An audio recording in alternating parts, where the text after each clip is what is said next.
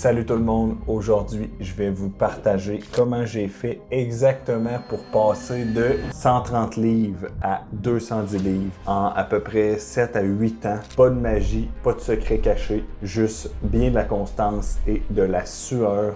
J'ai eu des coachs, j'ai testé plein de programmes. Aujourd'hui, je vais vous expliquer en détail les deux méthodes qui ont le mieux fonctionné sur moi, côté entraînement et côté nutrition. Fait que sur ce, on y va. Let's go!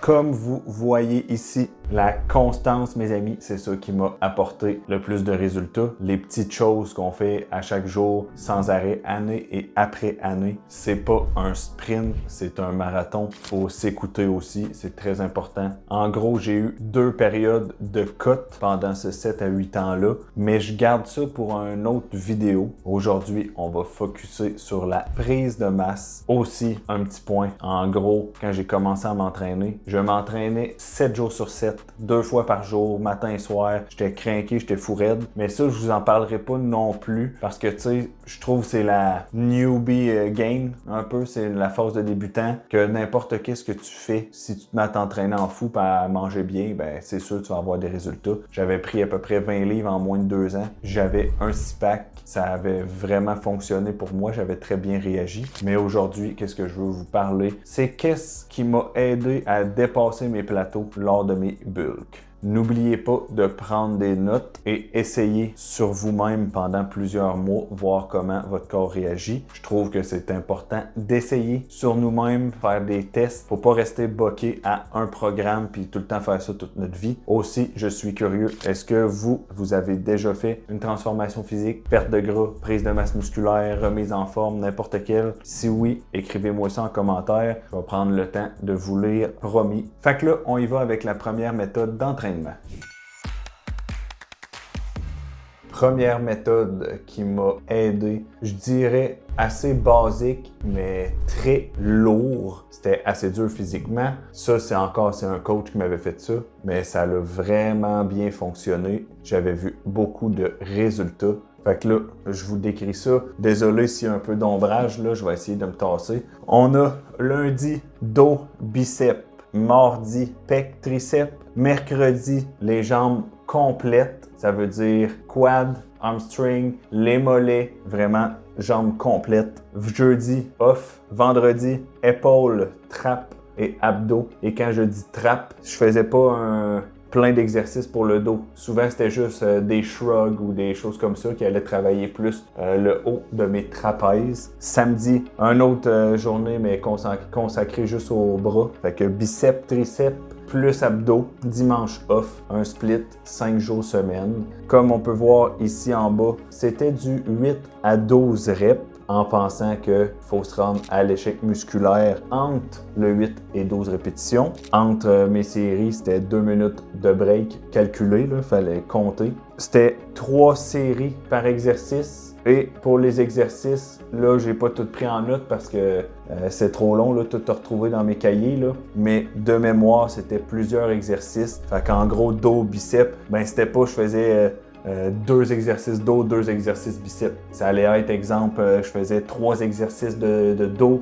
puis 3 de biceps avec des alternances, différentes grippes. On travaillait, exemple, le haut de mes trapèzes, le milieu du dos, puis le bas de mes lattes. Fait que c'était vraiment différent comme ça, mais pour le même muscle. Avec ce programme-là que j'ai fait, j'ai vu des changements sur mon physique, mais pas nécessairement sur mes performances. Parce que, tu sais, moi, je note tout, vraiment, tu sais, mes entraînements, mes poids, ainsi de suite. Puis, quand je regarde, en gros, c'était assez long avant que mes poids augmentent. Fait que là, si vous n'avez pas pris ça en note, au pire, screenshotez l'écran. Là, on s'en va pour la deuxième méthode d'entraînement.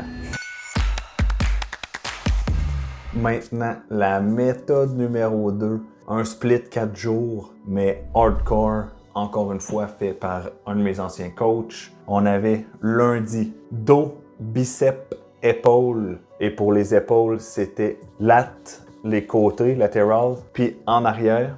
Mardi, off. Mercredi, pec, triceps, trap. Encore une fois, trap le haut, fait que souvent c'était juste des shrugs qu'on incorporait soit au dumbbell ou avec la Smith Machine. On a jeudi off, vendredi, jambes complètes, samedi, biceps, triceps et épaules. Mais pour les épaules, c'était les fronts, c'était le devant d'épaule. Dimanche off, là je ne l'ai pas écrit ici, mais pour les mollets et les abdos. C'était n'importe quand, je pouvais les faire quand je voulais. Qu'est-ce qu'il m'avait dit, c'était le plus possible. Fait que tu sais, moi souvent j'allais faire 4-5 fois semaine même. Puis pour mes mollets, j'ai vu une extrême différence. Là. C'était vraiment... c'est là que mes mollets ont grossi le plus. Là. Les faire intensément et le plus souvent possible. Là. Plus bas ici, c'était du 6 à 10 répétitions en allant à l'échec musculaire entre 6 et 10. Mais ce que mon coach m'avait dit, c'était le plus proche de 6 qu'il faut que j'atteigne l'échec musculaire. Ça veut dire que c'était des poids assez lourds. Sinon, pour le temps de pause, là j'ai mis infini parce qu'il m'avait dit « Vas-y comme tu le sens. Prends ton break. Si c'est 3 minutes, c'est 3 minutes. C'est pas grave. » Pour les séries, on avait 2 à 3 séries par exo. Fait que tu sais, c'était pas tu fais 3 exercices, 4 séries, puis c'est long, puis tout. Non, c'était plus court, intense. Fait que, exemple, j'avais 2 exercices de dos avec 3 séries. Ensuite, ben là, c'était 2 exercices de biceps, 2 séries le plus intense. Fait que ça allait quand même vite. Mais en même temps, tu te donnes tellement à fond, tu lèves l'eau, fait que tu prends plus de break. Fait que tu sais, c'était quand même long pareil les trainings, là, mais un peu moins que la méthode 1 que je vous ai montré. Pour les exercices, j'ai mis modéré. Ben dans le fond, là, c'était pas exagéré. Fait que moi, mon point faible, c'est le dos et le chest. Fait que pour le dos, c'est sûr, j'en avais un peu plus. Pour le chest aussi. Mais tu sais, on arrivait au biceps, j'avais 2 exercices. Pour les épaules, j'avais 2 exercices pour les latérales, pour les côtés, puis 1 exercice pour le derrière d'épaule. En gros, je pense que c'est celle-là qui m'a vraiment le plus aidé. Parce que oui, mon physique, ça l'avait vraiment changé, mais mes performances aussi. Là, je voyais que mes poids, ça montait, il y avait une belle progression. Aussi, je pense que m'entraîner 4 jours semaine, ben, j'avais plus de repos. Fait que j'étais plus en forme, j'étais plus ready pour mes entraînements. Maintenant, petite collab commerciale. Si tu veux du coaching, ben, viens m'écrire en privé. Sinon, tu peux aller sur realfitnessshop.com. On a de tout pour le fitness, mais aussi on a des coachs. Fait que tu peux aller voir ça dans la catégorie coach ou coaching. Puis si tu veux pas d'entraîneur, mais tu veux des plans d'entraînement déjà faits, tu vas dans la section training. On a des plans d'entraînement déjà faits. Tu l'achètes, puis tu le reçois par courriel. Fait que c'est un PDF. Tu le downloads, puis tu es prêt à t'entraîner, tu t'en vas avec ça. Fait que c'est pas cher, c'est efficace, c'est pratique. Puis sinon, comme j'ai dit, ben, on a de tout. Fait que des suppléments, des vêtements, des articles de sport. C'est livraison gratuite partout au Canada. Allez voir ça. C'était ça pour les entraînements. Maintenant, vous me voyez venir. Le cardio. Cardio égale santé et ça l'amène à l'endurance. Et oui, mes amis, moi j'ai continué même dans mes bulks à faire du cardio assez léger. Je n'allais pas faire du sprint pendant une demi-heure, mais même dans mes journées off, pas d'entraînement, des fois j'y allais, des fois c'était du cardio après l'entraînement. Puis ça a bien fonctionné pour moi, ça m'a évité avec le nombre de calories que je mangeais, ben, de virer gras parce que quand tu es en bulk, tu manges beaucoup. Fait que oui, tu t'entraînes, tu brûles les calories. Oui, tu marches beaucoup, tu travailles, tu brûles les calories. Mais tu viens rajouter pareil un peu de cardio léger, médium pour aller brûler un peu plus de calories. Puis ça, c'est prouvé scientifiquement que faire du cardio, c'est bon pour la santé, mais aussi, même quand tu es en bulk, que c'est bon, puis ça va t'aider. J'avais vu un résumé d'une étude sur csport.com qui démontrait que même quand on fait une prise de masse, là,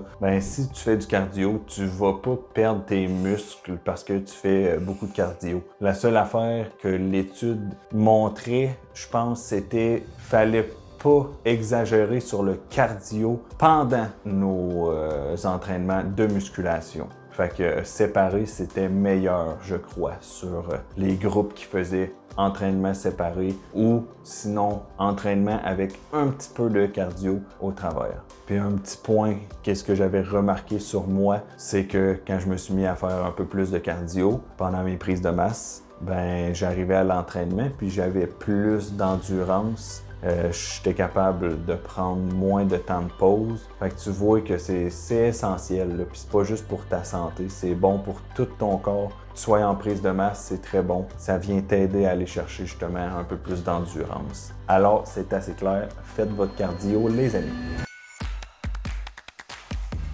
Maintenant, on passe à la nourriture. Ça, ben, c'est mes coachs qui s'en occupaient. C'est tout le temps basé sur un calcul que vous pouvez trouver sur Internet là, selon ta grandeur, ton poids, ton pourcentage d'activité physique que tu fais à peu près. Puis moi, il y avait des règles simples que les deux coachs que j'avais eus pour les deux méthodes d'entraînement, ben c'est ça qui appliquait les deux. Il y avait protéines élevées, mais 1 gramme de protéines par livre ton poids. Souvent, le monde, il le calcule en kilos, là, mais ça donne à peu près ça en livres. Fait que tu pèses 180 livres, ben, essaye d'avoir 180 grammes de prot par jour. C'était tout le temps là-dedans qu'on jouait. Sinon, les jours que je m'entraînais, là j'ai écrit on et off, les jours on que je m'entraînais, plus de glucides, puis l'autre côté c'était le contraire, les journées off, moins de glucides, plus de gras. Là je rentre pas dans les détails du pourquoi, puis tout, je vous dis qu'est-ce que mes coachs m'ont fait faire et ça a fonctionné sur moi. Ça a toujours été des diètes assez strictes, manger de la bonne bouffe, le moins de sucre puis d'aliments transformés. Moi ça a toujours fonctionné sur moi, à part que je vais en parler dans le prochain point, mais je suis un peu...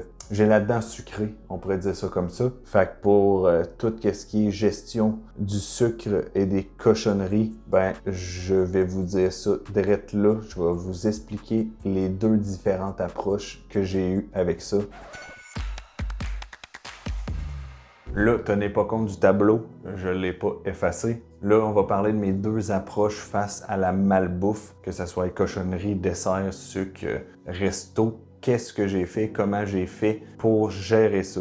Là, je juge pas une manière ou l'autre. En ayant des clients moi-même, ben, je remarque que c'est différent pour tout le monde. Faut juste réussir à trouver la bonne approche qui fonctionne sur nous. Fait que moi, il y avait la première approche. Tu manges clean tout le temps, mais il y a une journée que c'est un cheat day. Je mange qu'est-ce que je veux, mais c'est sûr, il faut que j'essaie de le rentrer dans un nombre de calories. Fait que j'avais pas besoin de compter vraiment les macros, c'était plus le total de calories. Mais qu'est-ce qui était difficile, c'est que, hey, là, tu te claques, je sais pas, on va dire 5000 calories, puis tu as mangé une pizza complète, du gâteau, 2 beignes, puis tu as mangé 8 œufs au travers, puis tu vois le genre, je dépassais souvent mes calories, j'avais de la misère à m'arrêter, puis ça devenait difficile mentalement surtout, parce que là, tu accomplis quelque chose toute la semaine, ça va full bien, puis là, tu l'échappes, puis tu dépasses full, puis fait que j'avais un peu de misère. C'est sûr que des fois, ça l'a super bien été. J'ai réussi à rester dans mon nombre de calories que mon coach voulait. Fait que, tu sais, ça dépend de personne en personne, mais moi, ça l'arrivait la moitié du temps que je dépassais un peu mes calories, puis j'avais vraiment de misère. La deuxième stratégie que j'ai faite avec l'autre coach, justement, c'était je peux manger du dessert quand ça me tente. C'est sûr, pas abuser, là, pas déjeuner, dîner, souper. Tu sais, mettons, après le souper, manger du dessert à chaque jour si je veux, mais il faut que ça soit justement rentré dans mon nombre de calories et avec des recettes qu'on peut compter les macros. Fait que tu sais, souvent, je me faisais des recettes santé. Comme vous pouvez aller voir, on a la recette de boules protéinées sur ma chaîne YouTube. Il y a le vidéo, je montre la recette. Fait que tu sais, faire mes desserts, réussir à faire des desserts plus protéinés, moins de gras, moins de glucides, c'est moi qui pouvais choisir vu que je faisais la recette. Ça a très bien marché. Je prenais moins de gras, je dépassais moins mon nombre de calories. Fait que ça, je vous le conseille pour les gens qui ont la dent sucrée. Tu te permets,